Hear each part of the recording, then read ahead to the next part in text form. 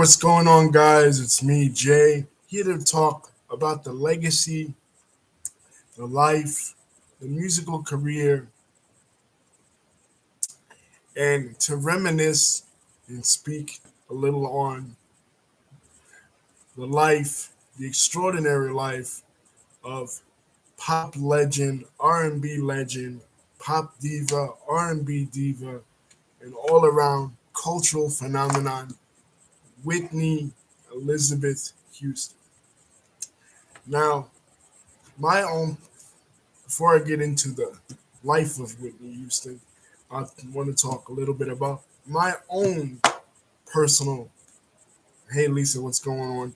My own personal experience, my own personal how I became acquainted with Whitney Houston, and it was 1992. Um, Her 1992 hit movie co-starring her and Kevin Costner, and it was The Bodyguard. I went to see it with my aunt and my uncle, and I really wasn't supposed to see it at that time because it was an R-rated movie, and kids were not supposed to see it. I was supposed to see Aladdin, but they took me to see The Bodyguard, and I loved it. I Will Always Love You is an amazing song, so amazing that the song is now synonymous with Whitney Houston. Nobody even remembers that Dolly Parton even had a version of it. I Run to You is an amazing song. Uh, all Basically all the songs on The Bodyguard were amazing, and it revolutionized movie soundtracks. Prior to that, movies the movie was important, but the soundtrack really wasn't. People will point to Saturday Night Fever, but in 1977, but in my opinion, The Bodyguard revolutionized movie soundtracks, and the soundtrack became just as important as the movie itself. And she was one of the first people from music to transition to movies with that role. And as Kevin Costner said in his eulogy at her funeral in 2012, they didn't want an African American woman to be the lead role in that. The role was, and Lisa and I were just initially speaking about this, the role was initially intended for Barbara Streisand. And even after Whitney did a tremendous job, the haters and the racists in the media still complained that she's quote unquote just playing herself. She wasn't doing good, but the critics hated it, but the people loved it. She knocked it out of the park when it came to the people. And it was one of the first um, that I remember interracial couples on screen on TV. Her and Kevin Costner. It was great. But and that was my first memory of Whitney Houston. My second memory of Whitney Houston was 1997, The Preacher's Wife.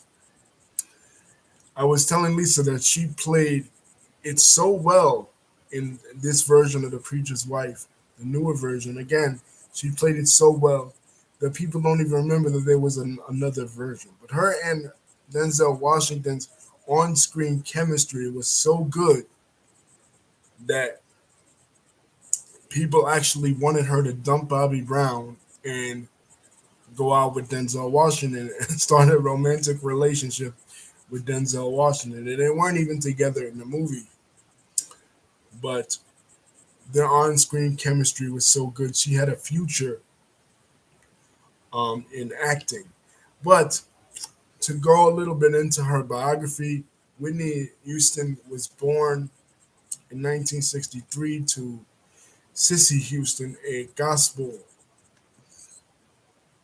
legend. Her godmother was Darlene Love, another um, luminary in the gospel community, and her honorary aunt was Aretha Franklin, and her other aunt was Dionne Warwick. So she was born in Newark, New Jersey. She already had this pedigree already before even being born of uh, famous people, famous singers in her family, in her bloodline. Her mom, Sissy Houston, even sang backup for Elvis Presley in the 1960s and 70s. And there's an interview out there where Whitney mentions, when she was a little girl meeting Elvis,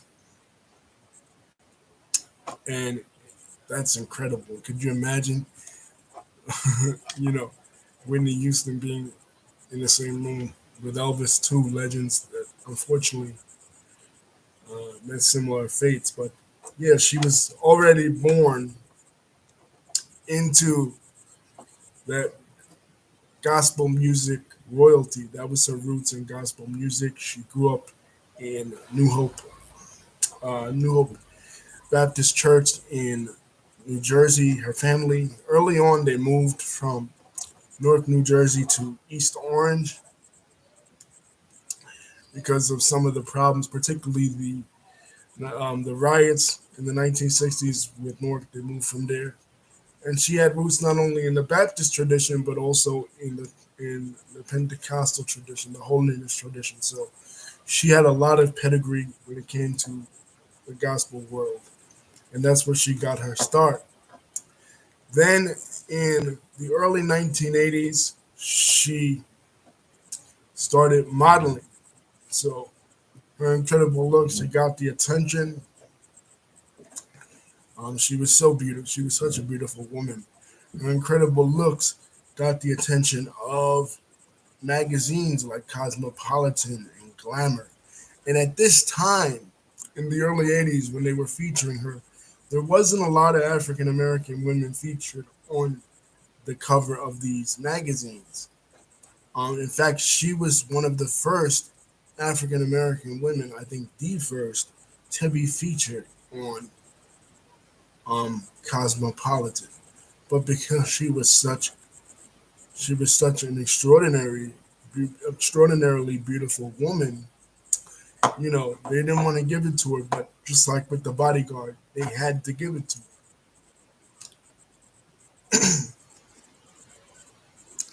Then uh,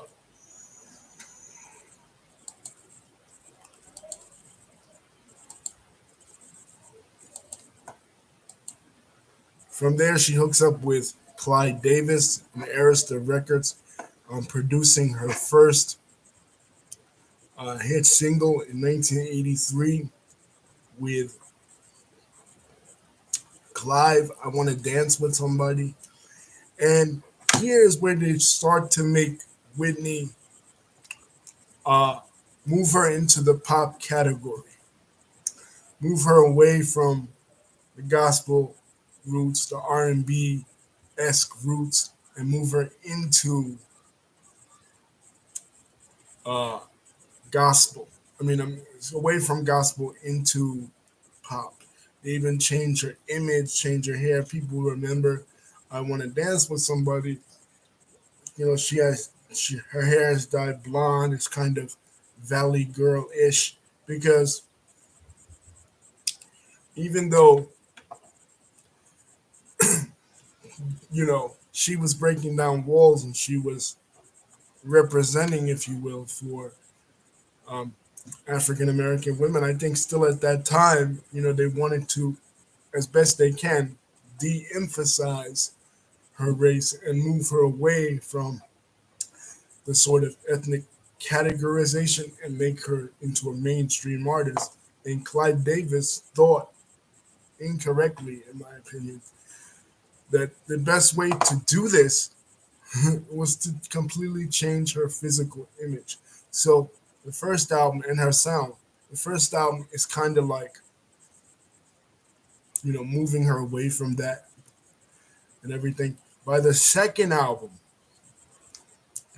she goes back to her musical roots in R&B and gospel with songs such as "The Greatest Love of All," which we all know the opening line. I believe the children are our future. And that is, to me, in my opinion, her greatest song. So basically, when she went back to being herself, when she went back to her actual roots in gospel R&B, was when she really shined and when she really excelled. Not what they were trying to make her into. They were trying to make her into like uh, a Paula Abdul type, or this really Valley Girl type thing that was popular in the early 80s, but that wasn't her. That wasn't who she was. Not to say that I Want to Dance with Somebody, it was not a good song. It was, but it just wasn't, in my opinion, her. It didn't represent her in the way that she should have been represented.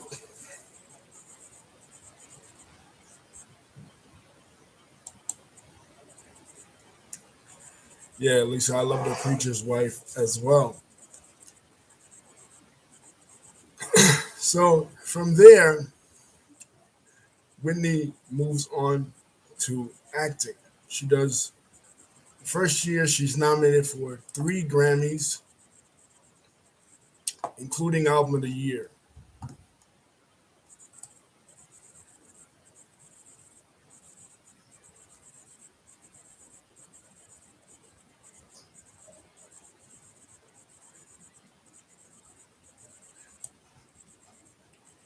But one song that I really wanted to mention that uh, sticks out to me, um, from her in her early days, before we move on to movies.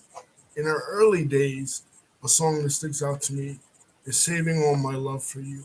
Now, before she got with Bobby Brown in the late 80s, she was linked romantically to a lot of different people, and one of them was Jermaine Jackson. So people say that "Saving All My Love for You" was about Jermaine. Who knows? That's what he says. But who knows if that was true?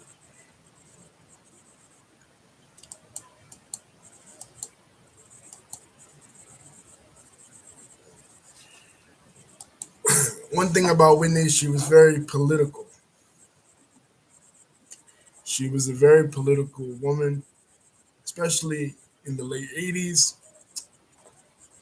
Apart the anti-apartheid movement, we talked about it in the Desmond Tutu um, tribute video. A lot of celebrities were getting on the bandwagon, in support of Nelson Mandela and against the apartheid regime in South Africa. And Whitney was one of them. Whitney would not perform famously. She would not perform in a place anywhere in South Africa at the time that was segregated. But once desegregation happened in the 1990s, she performed at the um, 70th anniversary of Nelson Mandela. So she was always putting herself out there politically and racially consciously. And again, I think that the mainstream media did not want her to do that because they always wanted to make her into this uh, girl next door image. They wanted to take, basically, to de-ethnicize her and remove her out of her African American context, out of the African American experience of her culture, and try to make her mainstream and try to, you know, vanilla her down, as it were. And she was always pushing back against that. Famously in the Bodyguard, when the when the whole thing of the controversy of the bodyguard came up between herself and Kevin Costner, she did an interview and she said, I'm Whitney Houston. People know who I am. I'm black. There's no hiding that.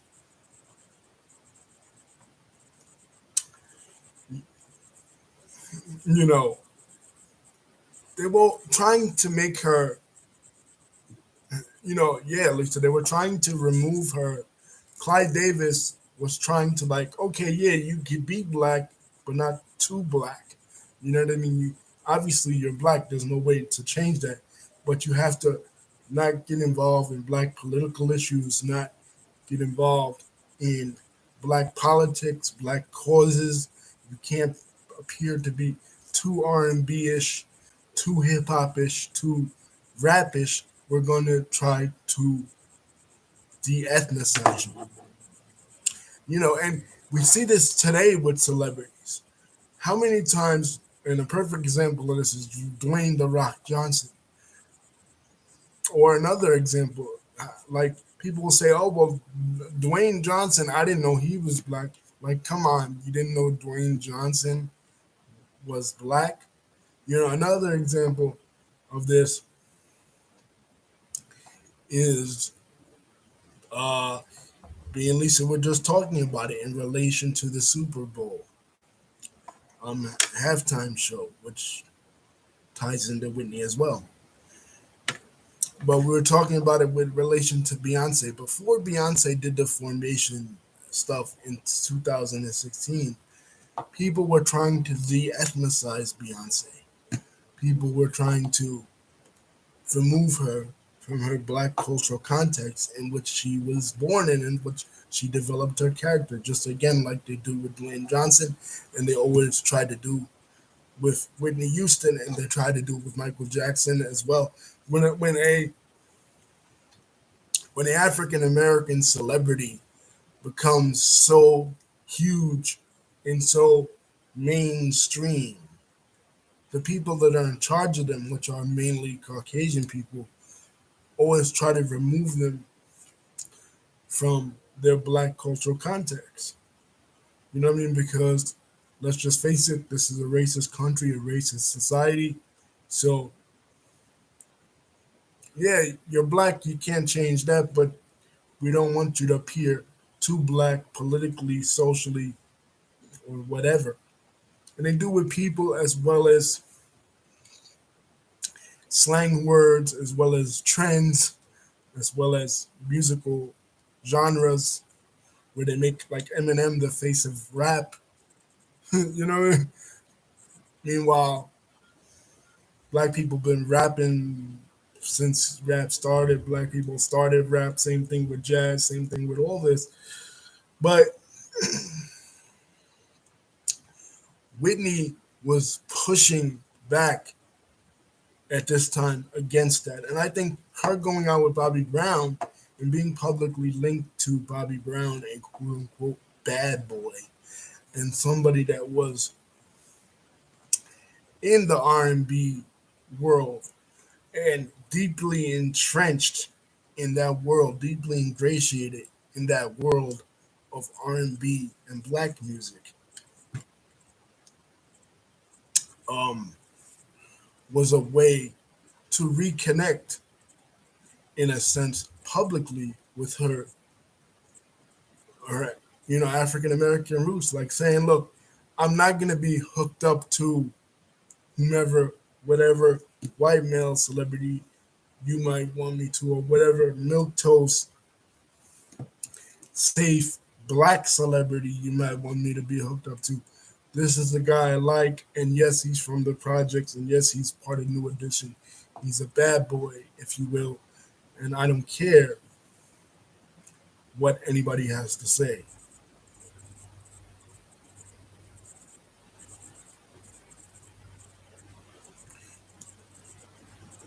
Yeah, Lisa's absolutely correct. Yeah, they don't want you to go full blown Black Pantherish.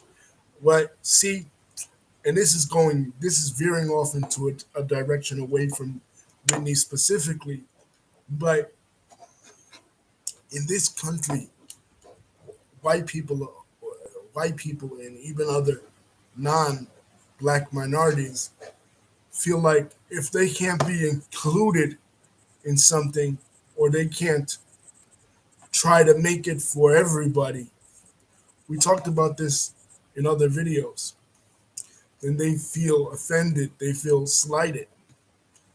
So the Whitney that's for everybody is the Whitney that is, and I want to dance with somebody in a blonde wig and trying to appear as white or as mainstream as she possibly can.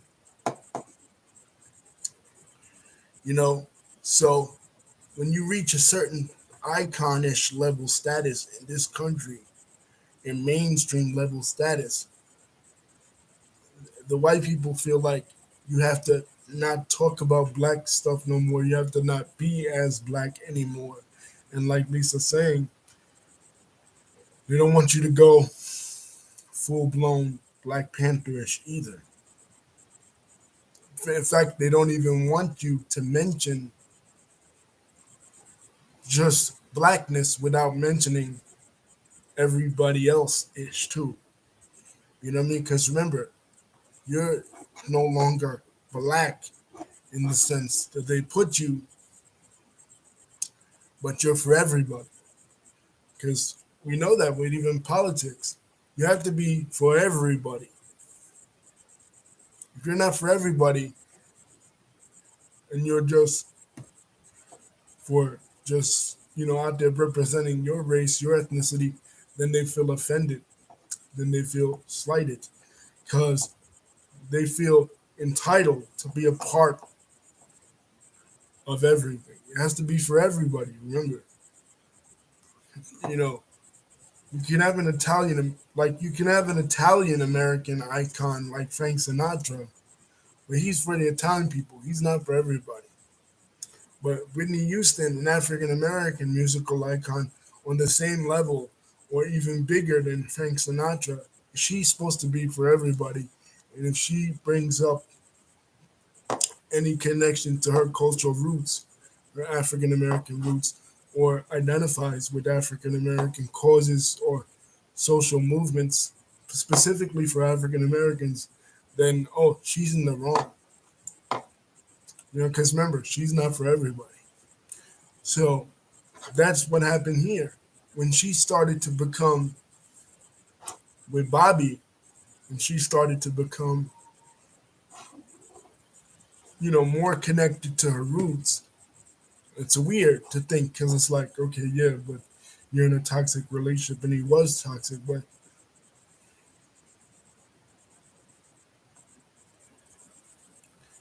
yeah, and he was uh, toxic, but it was a way I feel like for her to connect with the black audience in a sense. It was sort of like reconnect with the black audience. Say, you know what? I'm still one of y'all. I'm still gonna do what I'm gonna do. Obviously, uh, but something happened with their relationship. I feel, and this is something that we spoke about. Yes, Whitney had a lot of great songs and stuff that we spoke about in the um, being the Ricardos. A similar phenomenon happened with Whitney and Bobby, where Whitney's icon status surpassed that of Bobby Brown, who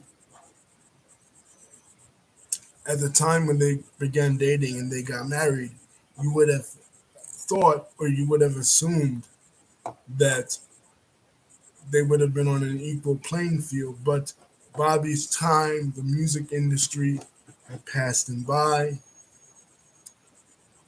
He had a couple of great songs in the late 80s, Tenderoni and stuff like that. You know, his first album, but My Prerogative and all that.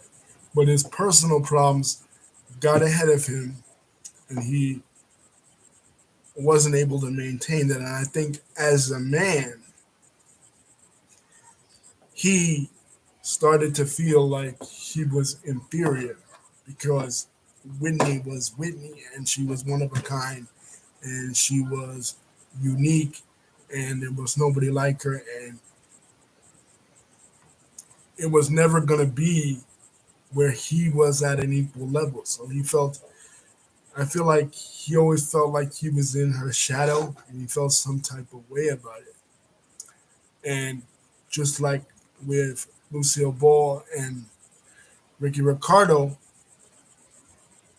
or Desi Arnaz, um, he felt like him cheating was a way to reassert his manhood, which stupid to think of, but this is the way, this is a peek into the psychology of men. You know what I mean? And that's why I think the relationship was toxic. If Bobby was on the same level, if Bobby had been on the same level or equal to that of Whitney in his status and his his icon status, I don't think he would have been as toxic as he became. Um,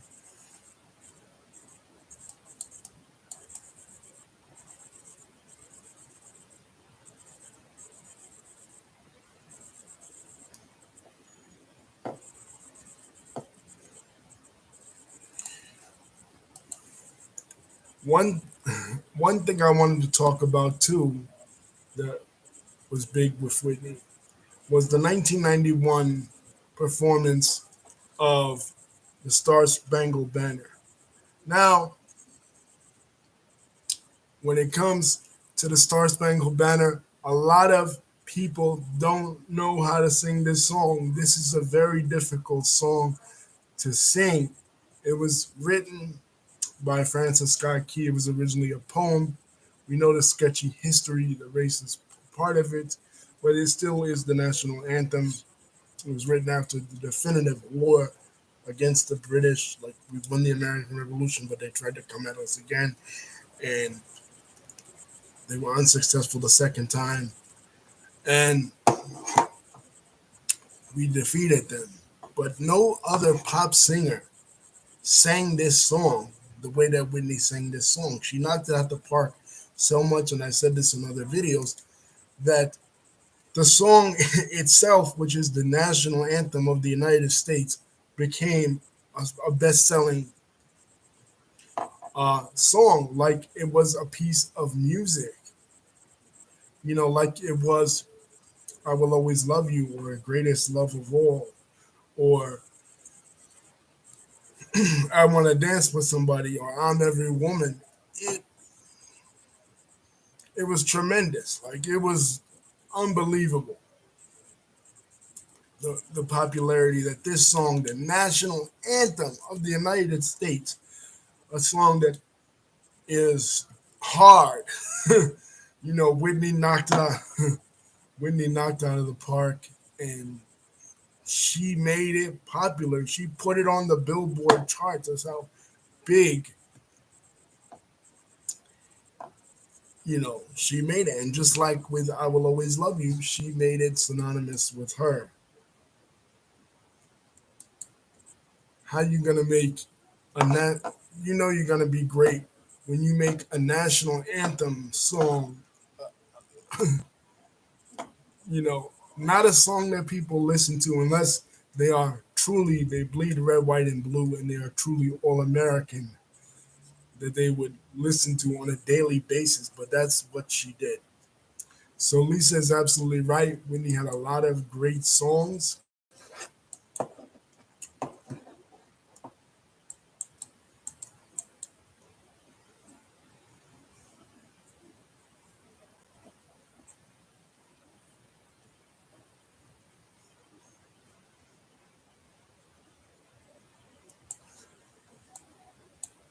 And also, this was at a time when she sang the national anthem that we were at war. Keep in mind, we are going to war with Saddam Hussein at the time. Saddam's invasion of Kuwait, which I talk about in my 90s video. And Whitney, in her philanthropy, in her charity work, donated a lot to Gulf War, um, Gulf War veteran families. She was tremendously patriotic as well.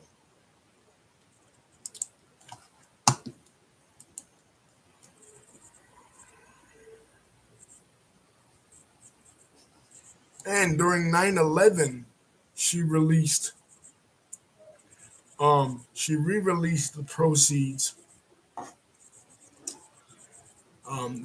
of the September 11th attacks after 9/11 went to the families as well. So Whitney was always involved in this sort of philanthropy stuff, which people didn't really know about because she was quiet about it. She didn't go around bragging. She didn't go around boasting about her philanthropy work. But when it came to military families, both in 9/11 and in the Persian Gulf War, she was on the front lines donating as far as one of the biggest celebrities. She was very politically involved, very politically conscious. She is she now holds the current record of being the most decorated female artist of all time. So just quickly going through some of her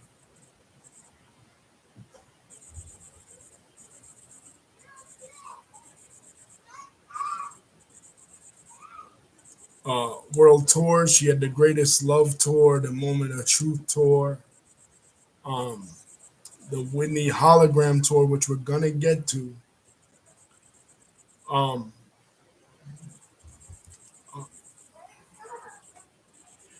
it's not right, but it's okay, which is a song I love. Heartbreak Hotel with Faith Evans and Kelly Price.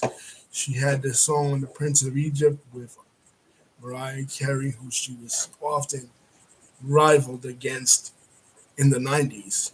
Because these two had I mean, the two greatest uh, voices in all of music, and she was rivaled against um, Mariah in that.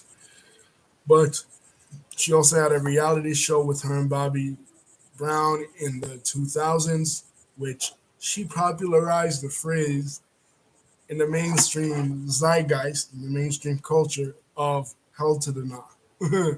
you know? So she was responsible for popularizing that phrase. Um, Now, in her personal life, was up, up and down. She always wanted that family life. Like I said, she got married to Bobby Brown, and one thing about it was she really took the vows serious. You know what I mean? Bobby Brown would do a lot of cheating. He would go around on her a lot. He would abuse her. Of course, she said not physically. She said that in the Oprah interview, one of the last interviews she did, like in um, 2010 or so, around there. But he would abuse her verbally. They even had a portrait of themselves, themselves and their one daughter, Bobby Christina, um, in the living room, and Bobby Brown tore that down in a rage.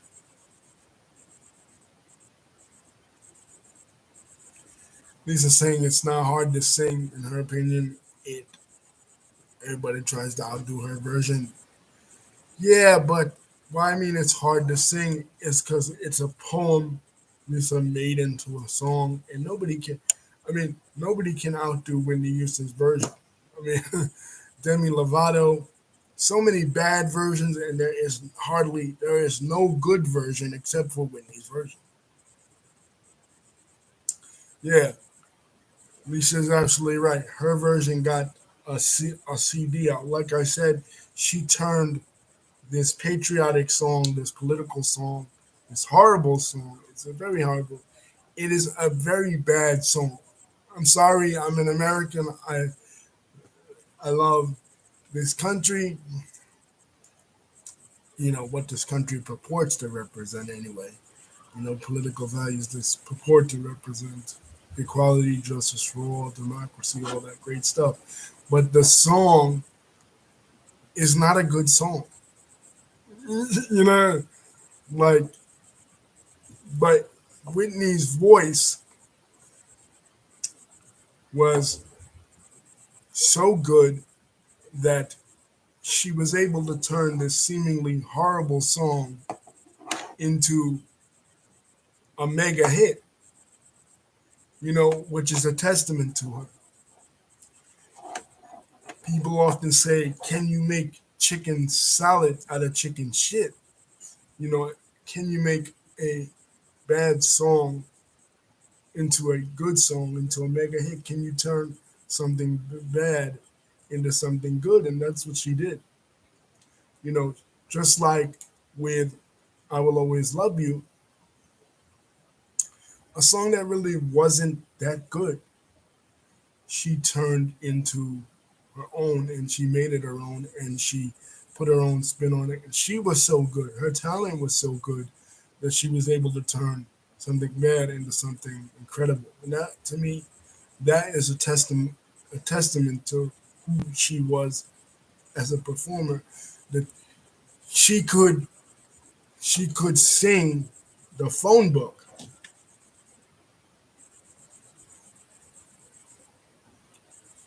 She could sing the phone book and like literally the phone book, literally reading back to you the phone book. They're just random names. She could sing the phone book, and that her rendition of Whitney singing the phone book, you know, would become a mega hit on the charts. You could give her anything, and she was that talented. She was able to turn it into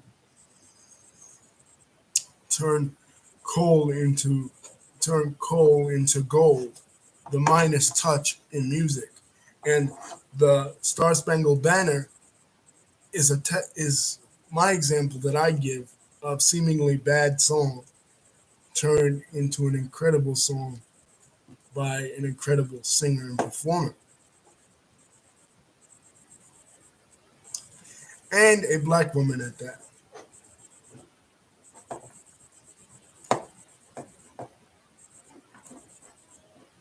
And like Lisa said, everybody since then has been trying to top her, have been trying to do something better, but there's nobody that is ever going to come close because vocal talent, vocal ability is not praised in music anymore. People use auto tune, people use technology.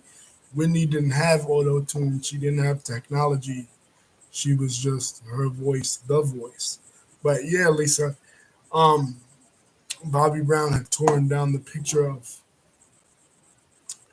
her and their child, Bobby Christina, and he was just violent, and it would cause Whitney to go on these binges, these binges for days and days, just staying up and doing crack cocaine with marijuana. She mentions it in the Oprah interview, but still, she was connected to her gospel roots, her roots in the gospel world. Even though she was doing drugs, she was still listening to gospel music. She was still trying to stay grounded in the gospel roots. And movies, again, like we talked about before with I Will Always Love You and the Star Spangled Banner, Whitney again takes it to another level. And she does the Cinderella movie, another movie that is Eurocentric, another movie that is white, and she becomes the fairy godmother the black version, giving her alongside um, Brandy and an Asian man as Prince Charming. We talked about it in the channel. It's in the archives. One of the most successful videos on this channel, always continuing to get views. And I think it always continues to get views because of the statement that I made. Once again, Whitney Houston taking something that is a model of European-esque society, Eurocentric society, and flipping it and turning it into a positive image for black young girls to see a story that is a rags to riches story.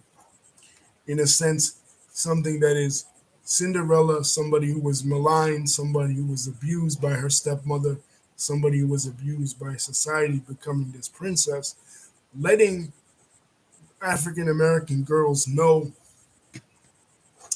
that it is possible, it is achievable to become a princess and become a queen and have the big dresses and the extravagance, you know being a booster image to African American young girls. And Whitney was that in real life.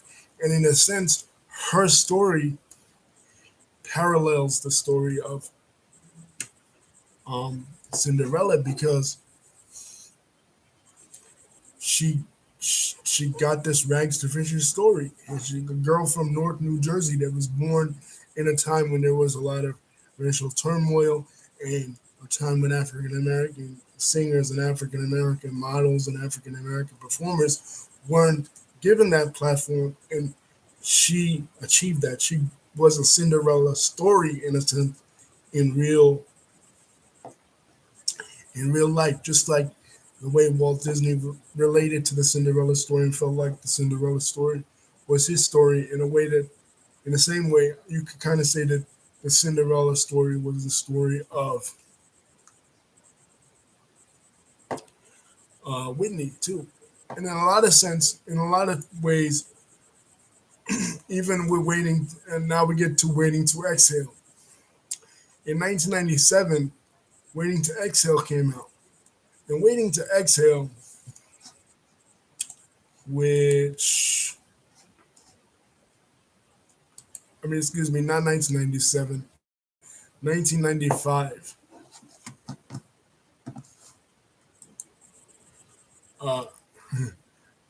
1995. Waiting to Exhale might actually be,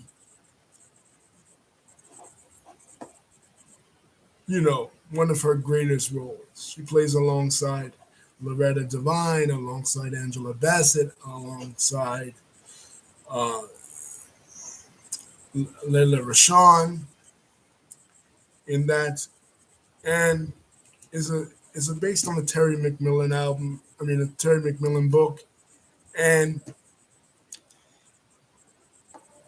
it was one of the first movies that was African American female based literature coming to life. And in this, she plays a woman that is cheated on, a woman that is abused in a relationship, a woman that is with a lot of married men. So once again, Whitney's personal life kind of crept into her work in a sense. All the things, all the movies that she did kind of reflected some of the struggles that she was going through in her actual real life, you know? And that's why she was so good at it. She was so good at conveying um that kind of energy on screen because that was her real life. Lisa said she made history with the movie with her and Brandy. Yes. And that to me is still the best version of again, Cinderella, making it Cinderella her own. Everything Whitney did that was originally from somebody else, she brought it to life and she made it her own and she perfected it. You know, like I mean, you could possibly give her the most boringest movie, the most boringest script, the most boringest song, the most wackest song ever, and she would turn it into gold because she was just, you know, as Triple H would say, she was just that damn good. You know what I mean? Like, she was just so good that uh, she would turn a negative into a positive just like that. Now, we get to a point in the video where we're talking about how the media takes an L for how they treated Whitney. She had the famous inner sit down interview in the 90s with Diane Sawyer, where she brought up the receipts and all that. And for the longest time, this is how the media does. They love you and then they hate you and then they love you again. And by the 1990s, Whitney had reached a point when it came to the media, at least with the white media, where they felt like they could bully her now.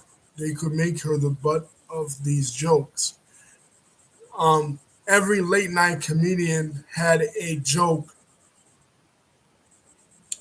about Whitney Houston and her use of crack cocaine. Every late night comedian had some kind of Whitney Houston drug joke, some kind of toxic Whitney and Bobby type joke. And they really got to a point where they were just bullying her, just like they did with Britney Spears, just like they did with Lindsay Lohan. Like, they find out you have a weakness in you, and they continuously pick at you and pick at you and pick at you, like with Michael Jackson too, like with Britney Spears. We talked about this on the Britney video, where they pick at you and pick at you and pick at you unmercifully to the point where you feel like you just can't go on. Every time you turn on the newspapers, somebody has something to say. Somebody has some bullshit. And not just the white comedians and not just the white media, but even some of the black media, like Wendy Williams was one of them. Wendy Williams had gotten to a point where she was basically making her living off of talking shit about Whitney Houston. You know, trying to drag Whitney Houston through the mud, trying to come out with all these Bobby Brown affairs, trying to talk shit ironically about Whitney's drug use. And Whitney at this point had just had enough of it, and she called up Wendy Williams on the show. And Robin Crawford, a living roommate and friend, longtime friend and admirer of Whitney Houston, said that Whitney was going to take care of Whitney Williams personally, whip her ass, because it had gotten to a point where every single day Wendy Williams had something new to say, some type of bullshit to talk. It's like, you're on me and you're on me. How much more can I take of your BS, your bullshit? So Whitney finally had enough of it and called in on the air. It's a famous public spat that Whitney and Wendy have with one another. And typical, shock jock journalist fashion,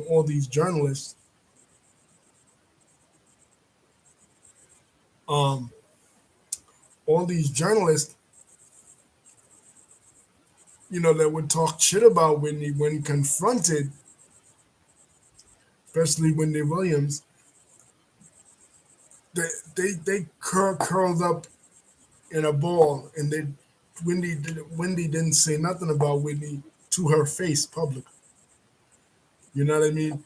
But they basically made their living bullying and disparaging and disrespecting Whitney Houston's name by the late 90s, early 2000s.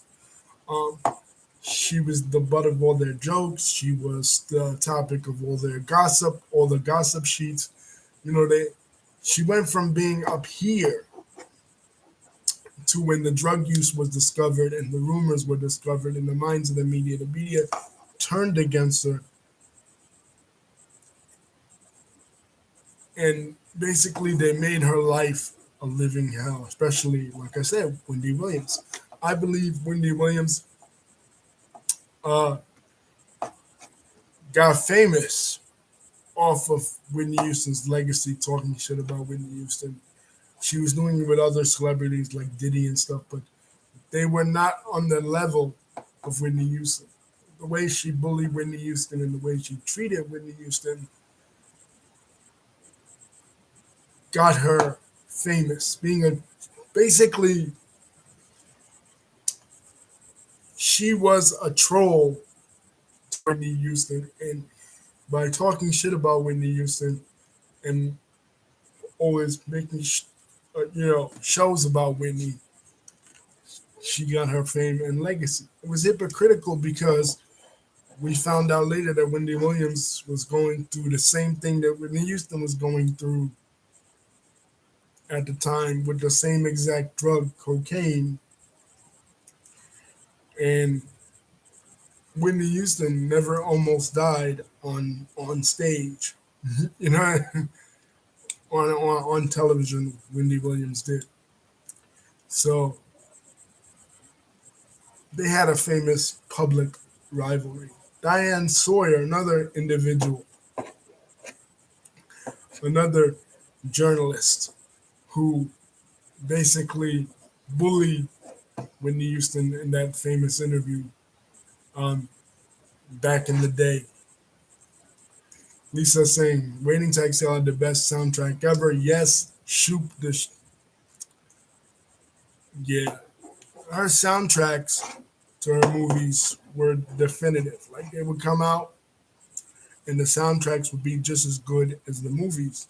Shoop was one of my favorite songs. But with these journalists,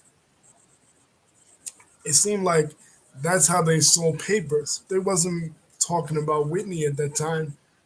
They wasn't selling papers. They put Whitney's name on there. Some kind of rumor about Whitney that Bobby was doing this or that Whitney was doing this with crack. She was in rehab with this and that. They would sell records and sell magazines, especially in 2001, a very sad moment in the minds of Whitney Houston fans to see her at the Michael Jackson um, 35th anniversary tribute. She came out there with Luther Vandross, and she was in that black dress. That and she was at her lowest. You know, she was at the lowest she'd ever been, and she was really doing bad. Um, and that was not her proudest moment, but with the media, made it even worse. But thankfully, Whitney bounced back. She got clean. She recovered, and she was ready to give it all up. She was ready to retire from the music business, focus on her movie career, focus on her family, focus on her daughter, Bobby Christina. And unfortunately, Clyde Davis, her manager, was like a slave master, pushing her and pushing her and pushing her. And at the Grammy Awards that night when she was slated to perform, February the 11th, 2012, you know, she was found in her bathtub in cardiac arrest by her daughter, Bobby Christina, and was her only child. She was pregnant, I believe, prior to Bobby Chris on the set of The Bodyguard, but she lost it. You know, she miscarried. So, um, Bobby Christina, I believe, was born in 1990, and also had a very sad life as well. because in the tumultuousness of her parents always arguing, always being out there in the public eye, and the media always making it worse than what it actually was with her family, and then compiled on with the death of her mother, and then being involved with this the guy that she was involved with, caused Bobby Christina to have a mental breakdown as well, and to suffer the exact fate of her mother, Whitney Houston, in 2015.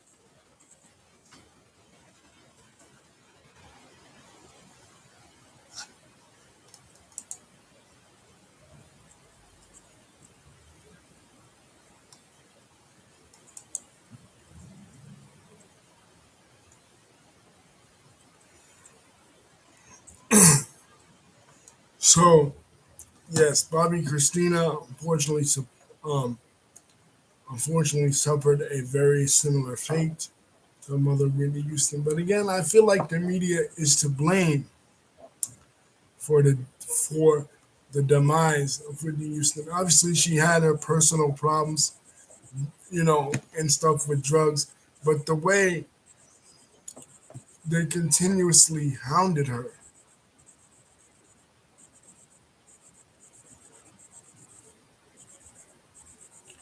Oh wow, Lisa is coming up with information that I didn't know. After Whitney died, her daughter didn't have no support. A few months after Whitney died, there was a reality show, and they basically forced her kid to be in it. So again, even in her death, the media was hounding her. They were bullying her, and what's so hypocritical about the media in this country and in other countries, in some countries like the UK, it's even 10 times worse because they don't have laws to protect people from media bullying. But what is so fucked up, really, there's no other way to put it, about the way the media does a celebrity is like they push you and push you and push you and push you and push you and push you over the edge. And then when you go over the edge, then they act like they were sorry and they loved you. So they loved you, then they hated you, and then they love you again. I gotta be dead for them to love me. Yeah, they filmed Bobby Christina visiting her mother's grave. Now, this was tremendous pressure for this young girl who was not even 20 years old yet, really not a mature adult, not ready to handle, life without her mother, who she was really close to. The media is putting pressure on her. And I think one of the cautionary tales about Whitney's life is that celebrities, Whitney and Bobby Christina's life, celebrities are people too. You know what I mean? Just because they're famous, just because they know how to sing and they have talent, doesn't mean that they don't have feelings. Doesn't mean that they don't feel, they don't cry. They're not normal men and women the way we are. And that's how media, I feel like, is so terrible and so tragic. They chew you up and spit you out, in a sense. And Whitney was the worst victim of this. Whitney and her daughter, Bobby Chris, forcing her, I didn't know that, Lisa, forcing her to film next to um, Bobby Christina's grave. Forcing Bobby Christina to film near her mother's, at her mother's grave, visiting her mother's grave, something that is personal, you're gonna visit your parents' grave, anybody who's lost a parent knows this. You're gonna visit your parents' grave. This is something personal between you and your mom. A personal visit between you and your mom that only you should share with your mom who has passed away, not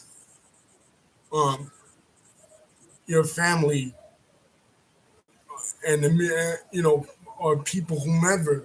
I don't know if it was his family, but whomever was forcing her to um, film this messed up. A very personal, intimate moment between mother and daughter.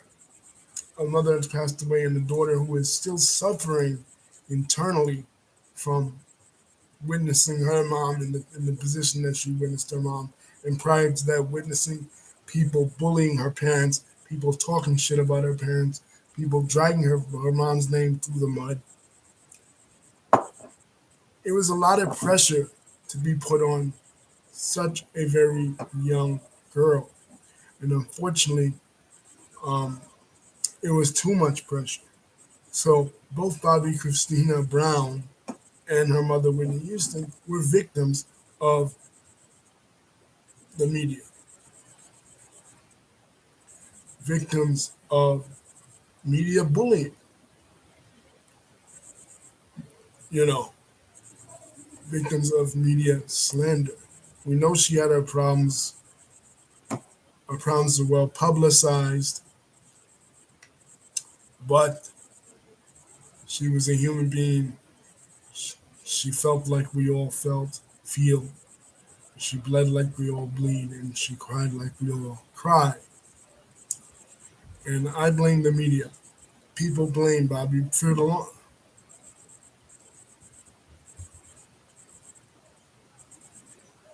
Yeah, I was gonna bring her up, so thank you for reminding me. Pat Houston, her sister-in-law and manager, was responsible for putting out that reality show.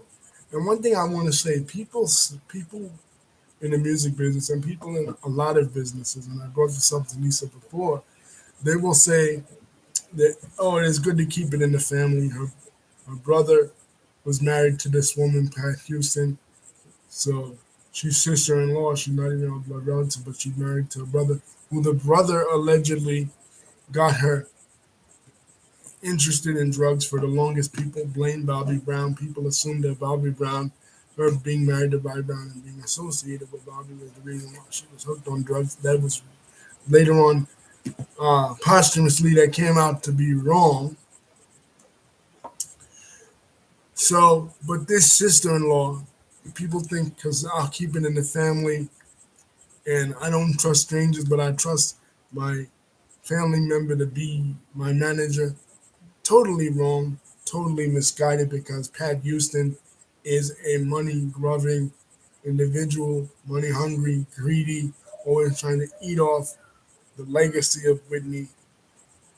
Never probably is a woman who never accomplished anything in her life other than being married to Whitney Houston's brother and being associated with Whitney's name, trying to make her name out there, trying to be publicly famous as well, trying to be rich, trying to live off her lifestyle. And we see this with so many different other examples, other celebrities.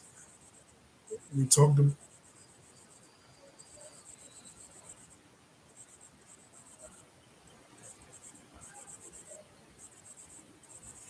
yeah, I know he confirmed it. At least, but I say allegedly because we always have to put allegedly, but he confirmed it, so you don't have to say allegedly. You're right.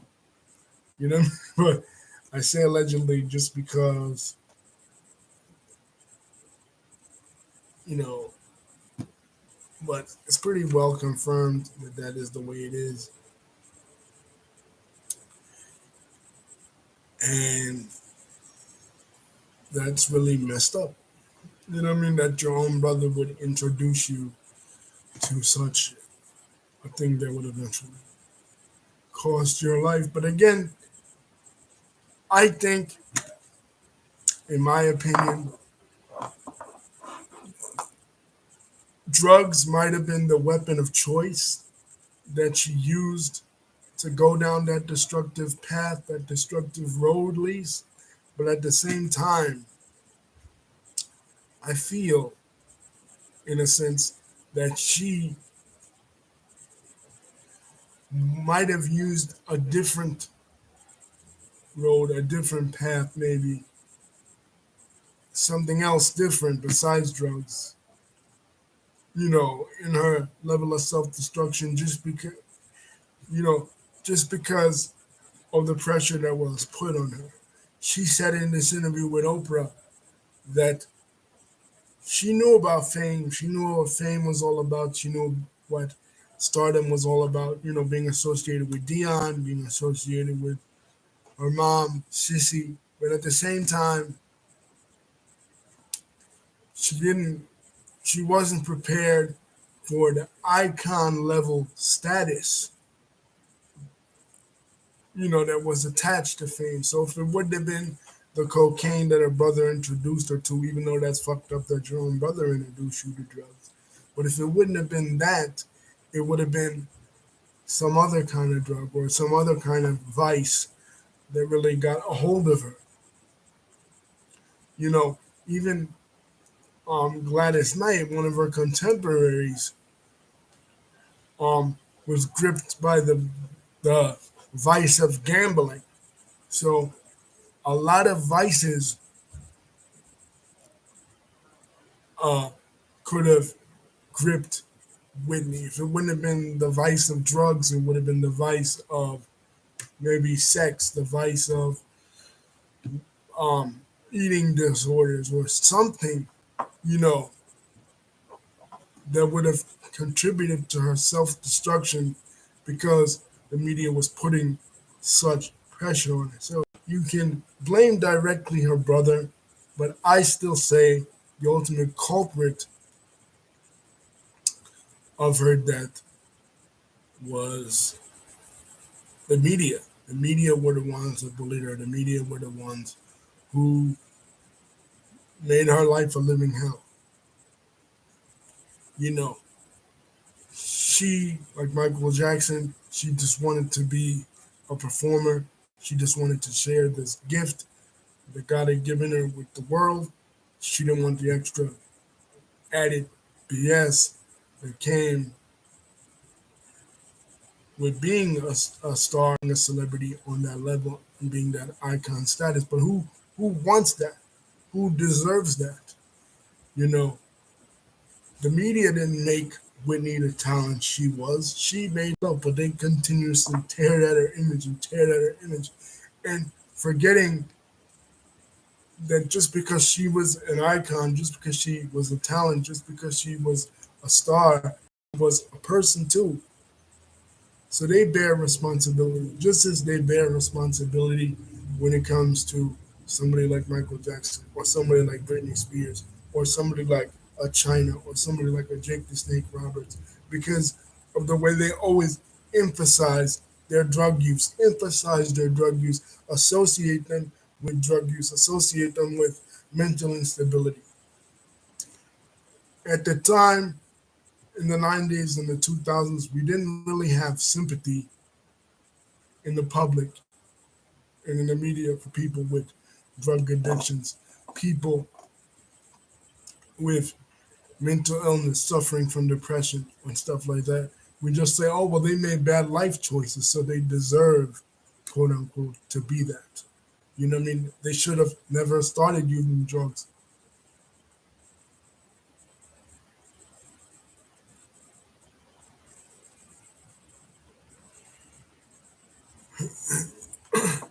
Yeah, our last movie, Sparkle, which was set to come out that year, we said saying it's um, it was Jordan Sparks, the winner of American Idol, and it's about a girl who wants to be in the biz, but her mom don't want her to be in it. Um, yeah, and that once again, Whitney's movie roles hit on a personal level, guys. You know what I mean? A lot of the movies roles that she made was like autobiographical, telling a piece of her life.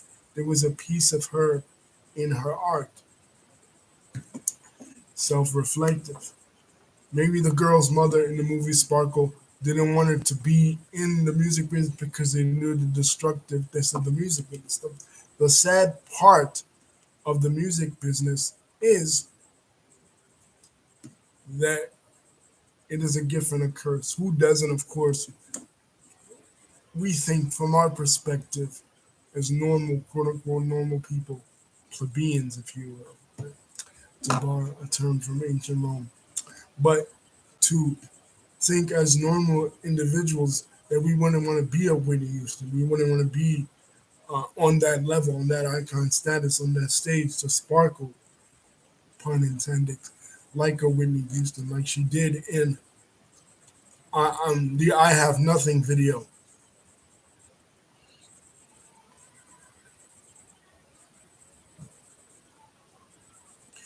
You know, who wouldn't want to be that, especially as a woman, right? To sparkle in that sense. "I Have Nothing" is one of the greatest songs ever. That's another one of my favorite Whitney Houston songs. But again, there was a price to it. There was a price to be paid personally. And Whitney just wanted to go out there, and Whitney just wanted to sing. Whitney just wanted to make songs personalized and make,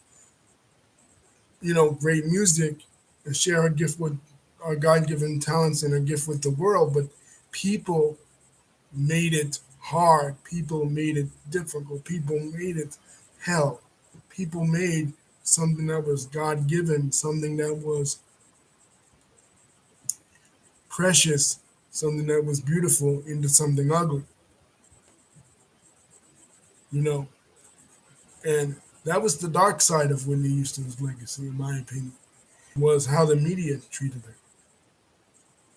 There was this beautiful woman, this stunningly beautiful woman, like just again looking at her pictures, and you just be like, damn, she was gorgeous. You know what I mean?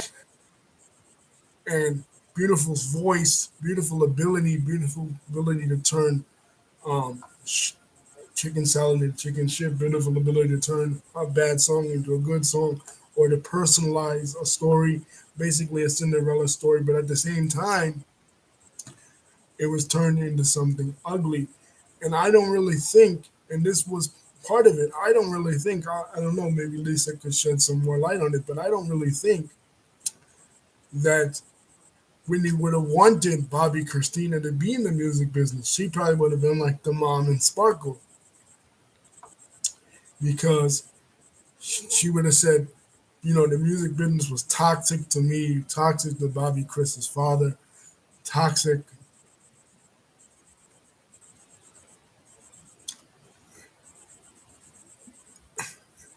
you know, to a bunch of other people, her friends, a bunch of other colleagues, and continues to be so. If anything, now we're even worse with social media, where regular people, not even journalists, not even trained in journalistic integrity, are allowed to give their so-called opinions and make editorials, and not even knowing all the story. This is why I say allegedly, Lisa, because us didn't knowing these people, just knowing their autobiographies from the reports that we know, even they admitted we don't, you know, we presume to be experts, but we're not even experts. Even those journalists that know them personally and met them personally are not even experts, but they presume to know the goings on of Whitney Houston's life and presume to make these assumptions and state these assumptions as if they are facts. You, you know what I mean? People like a Wendy Williams. And I think, like I said before, what Wendy Williams going through is karma, in my opinion, because of how she treated Whitney. She was one of the worst aggressors on it. But now with social media, going back to what I said initially, um, it is even worse because now people that are not even trained in the art of journalism, in the craft of journalism, are allowed to give their opinions on editorial. I say not veering into Yeah, not veering into um, not throwing stones at Whitney because we've all struggled. You know what I mean? We've all struggled with problems. You know, I said this before in the Britney Spears video and in the China video, even going way back in my original video when I talked about Whitney, the documentary they did um, in 2020 with her and Bobby Chris. You can't sit there and judge because, again, the Bible tells us, judge not lest ye be judged, right?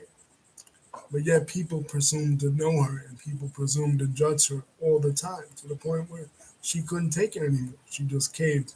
Yeah, Lisa, the infamous Whitney Wendy call. And what Wendy is going through right now, the fact that she is no longer on her show, the fact that she's had multiple public breakdowns is karma for, I believe, the way she treated Whitney Houston. She treated Whitney Houston horribly. As far as um, autobiographies of Whitney Houston's life, there was a 2018 movie released about Whitney's life, and it was on Lifetime, and the fans didn't like it. She deserved better. You know what I mean? Whitney deserved better than that 2018 bullshit autobiography movie, and apparently she is getting another one. Uh, she is getting another autobiography movie about her life. But to sum it all up, I think the legacy of Whitney Houston is the greatest vocalist of all time. Somebody who took, yeah, it was. It was like the movie about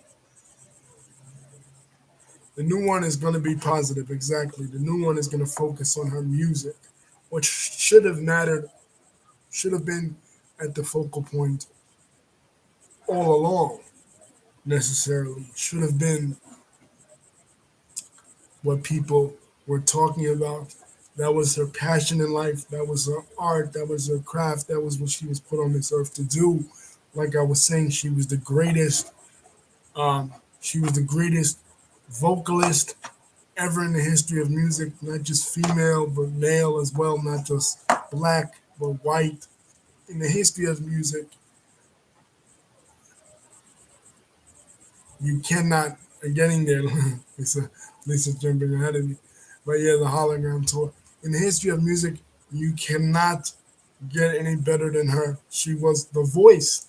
She was the voice. She was purely the voice. That's why she earned that nickname.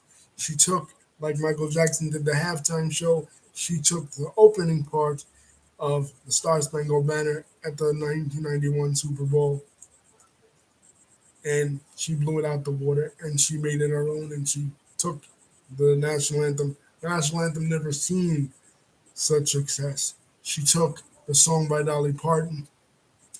It was a country song, remade it in her own image. And in 1992, 1993, you couldn't go anywhere in the world without hearing I Will Always Love You and other songs, especially I Would Always Love You, about her.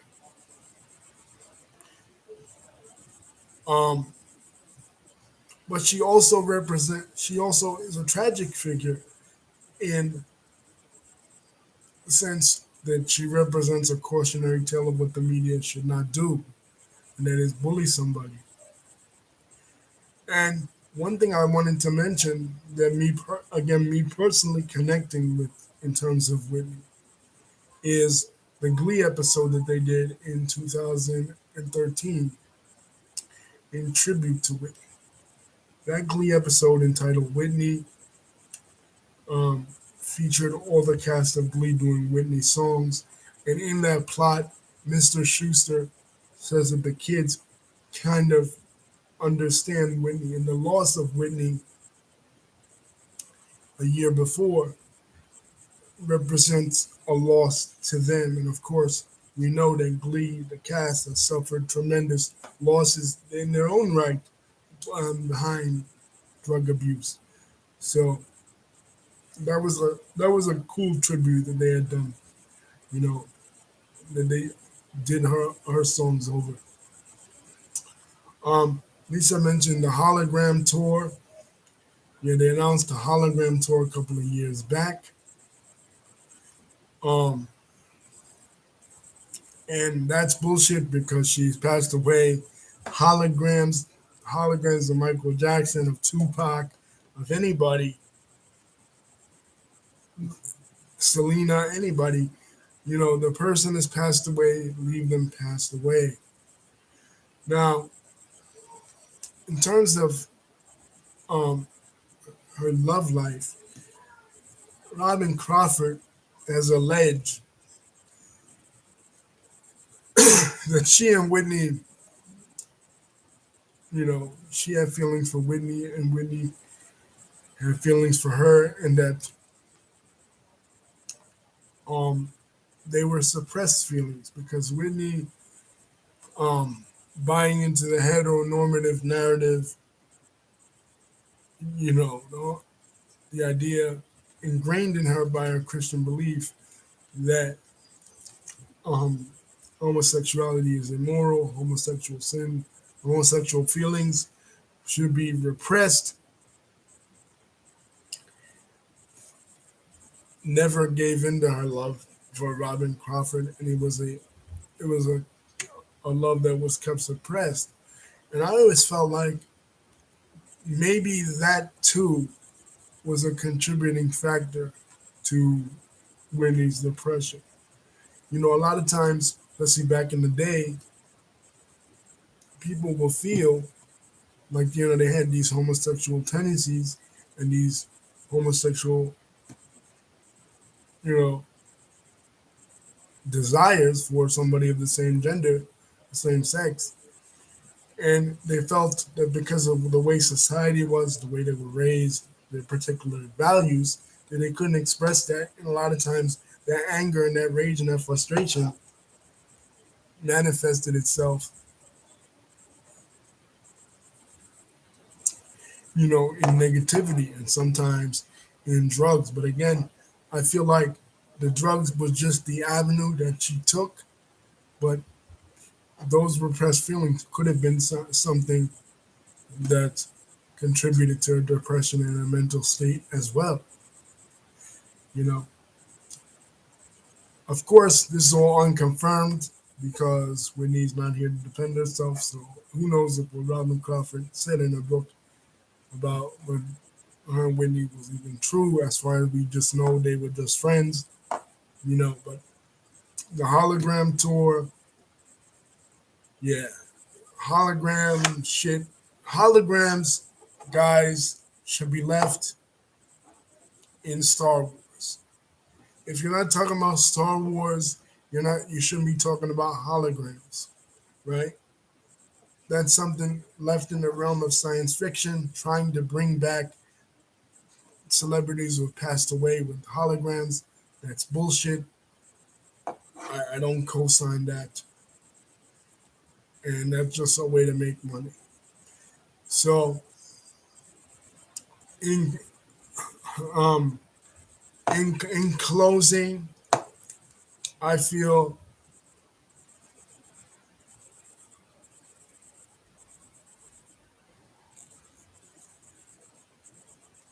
the about at least uh, what Bobby Brown stuff.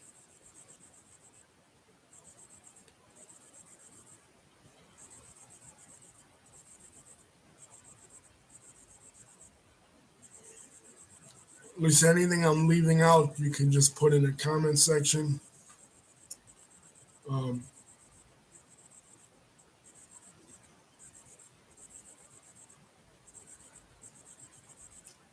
in closing, I feel like Whitney was the greatest singer of all time, the greatest vocalist of all time. Tremendous. Oh yeah, Bobby Brown has a documentary coming up as well. I think it's on Lifetime too, where he talks about his life with Whitney. So that'd be interesting to check out. That's something that we're going to be reviewing on this channel. His documentary, his side of the story, because again, Bobby Brown was somebody who was maligned in the media. They always blamed him for Whitney's downfall, and he was the scapegoat. He was the bad guy. He was the villain. Hey, like Tony Montana said, you always need a villain. You always need a bad guy, right? So he was the bad guy. But we're gonna see in this upcoming documentary if his side of the story finally gets to tell his side, and we'll see. But in closing, new stuff keeps popping up. But Bobby Brown, I mean, will tell his side. Whitney Houston, greatest vocalist of all time. There'll never be another talent like her. A tremendously beautiful woman. Um, Impressed me. So yeah, he lost his daughter, wife, and son. He's went through a tragic life himself. But Whitney, the greatest vocalist of all time, the voice of all voices. I've never heard anybody better than her in music, and I doubt I ever will. But a really victim of media bullying, a victim of media slander, a victim of the evil side of the media. And when I always think of her, I think of the evil side of the media. I think of, how the media could build you up like they did and tear you down with her like they did. And, fuck the media for that, man. Fuck the media for that. She didn't deserve that. She was a gentle soul. She was an angelic soul. And her last song that I remember hearing, "I Look to You," man, she is in a beautiful light. You know what I mean? She's like an angel, man, in that video. "I Look to You." And she was she was really returning to go home to be with the Lord after she had gone through so much. She was weak, she was weary, and she was finally surrendering it all to God and coming back to Him. You know, she had been the most famous woman on the planet. No woman had ever come close to being how famous she was. And here she was returning back to the Lord. Her work in the music business, you look at songs like "I Will Always Love You" or songs like "The Greatest Love of All." Think about what she's saying in "The Greatest Love of All." Learning to love yourself. Saying that at a time when she didn't probably really love herself at that time. Having low self esteem at that time. Battling these desires, for women, possibly at that time,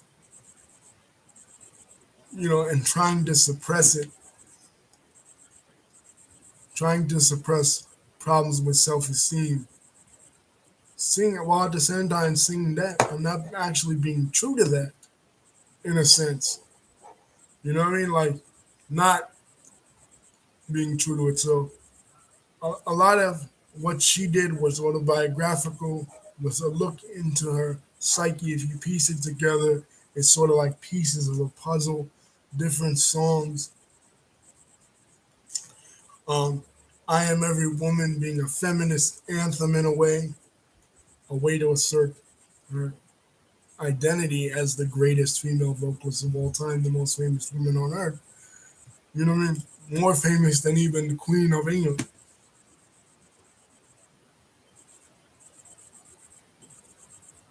Right. Lisa is saying that unlike Michael Jackson, Whitney was seeing the changes that were coming along with music, and she was able to change. Heartbreak Hotel, collaborating with some of the other female artists, giving the rub to the newer generation, like the Kelly Prices of the world and like the Faith Evanses of the world. Kelly Price had just come out not so long ago, like that same year, 1998, and giving that rub to the newer generations. So, not trying to be in the spotlight, hogging the spotlight a bunch,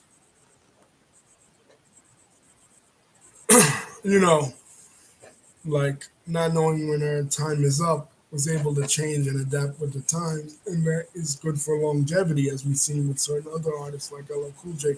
She was similar to that in terms of the pop and R&B world. She was able to change with the times. Um, but the pressure of being the most famous woman on earth and more famous than Queen Elizabeth II, more famous than any other woman you can name, um, got to her. And her work, her body of work,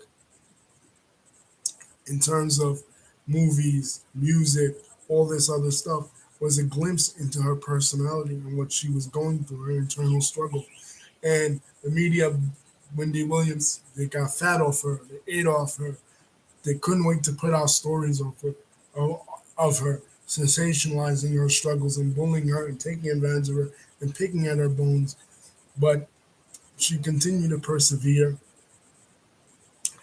and she continued to try to get out of the mess, and she did eventually get out of the mess. She got clean, but unfortunately, again, when she when they tried to replug her back into the matrix and try to get her into performing again, Clyde Davis being the asshole he was, trying to get her performing again. Once her body was detoxified and clean, she got, she relapsed like we all do. We all relapse. And the second go around was too much for her, and she passed away. But I look to you as like her coming home. Finally, you know what, saying all this life is too much. I can't take it anymore. I got to return back to my roots. A politically conscious woman, a woman who is a trailblazer, broke down racial barriers for African American women and for women of color in movies, and an LGBT icon in a sense because of the glamorous diva that she was, and a beautiful soul that unfortunately the world took for granted, and they didn't know what they had until it was too late. And it's a cautionary tale of to not let the criticism of others get to you and get you down and get you depressed, and try to rise above criticism and try to rise above hate, and don't let the words of others get to you. Peace. Love you guys. Thank you for contributing, Lisa. And yes, Whitney Houston is a legend, and we'll always remember her. She was indeed every woman. She was the best. There was nobody better. The GOAT of female vocalists. Peace.